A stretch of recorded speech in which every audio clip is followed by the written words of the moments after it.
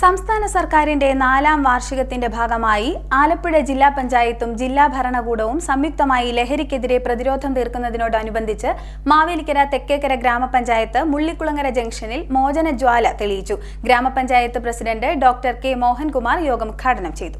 സംസ്ഥാന സർക്കാരിന്റെ 4ാം വാർഷികത്തിന്റെ ഭാഗമായി ആലപ്പുഴ ജില്ലാ പഞ്ചായത്തും ജില്ലാ ഭരണകൂടവും സംയുക്തമായി ലഹരിക്കെതിരെ പ്രതിരോധം തീർക്കുന്നതിന്റെ ഭാഗമായി ജില്ലയിലെ എല്ലാ തദ്ദേശ സ്വയംഭരണ സ്ഥാപനങ്ങളിലും മോചനജ്വാല സംഘടിപ്പിക്കുന്നതിനോടനുബന്ധിച്ച് മാവേലിക്കര തെക്കേക്കര ഗ്രാമപഞ്ചായത്ത് മുള്ളിക്കുളങ്ങര ജംഗ്ഷനിൽ മോചനജ്വാല തെളിയിച്ചു.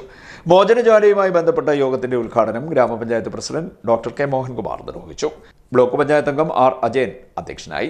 ഗ്രാമപഞ്ചായത്ത് വികസനകാര്യ standing committee chairman P Ajith സ്വാഗതം പറഞ്ഞു. എക്സൈസ് ഇൻസ്പെക്ടർ സുരേഷ് കുമാർ ലഹരി വിരുദ്ധ പ്രതിജ്ഞ ചൊല്ലിക്കൊടുത്തു.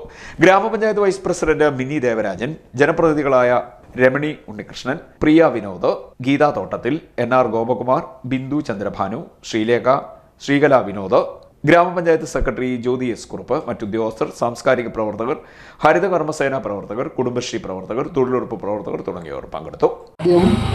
പുകയില, പാൻ മസാല തുടങ്ങിയ ലഹരി പദാർത്ഥങ്ങൾ വ്യക്തികളെയും കുടുംബങ്ങളെയും ആരോഗ്യപരമായും സാമ്പത്തികമായും സാമൂഹികമായും സാംസ്കാരികമായും നശിപ്പിക്കുന്ന സാമൂഹ്യ വിപത്താണ് എന്ന് ഞാൻ മനസ്സിലാക്കുന്നു.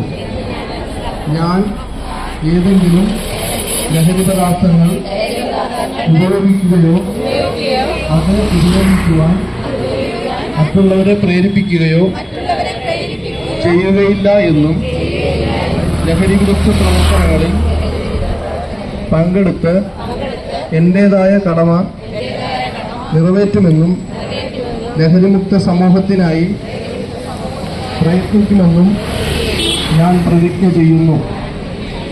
CDN news Mavelikkara.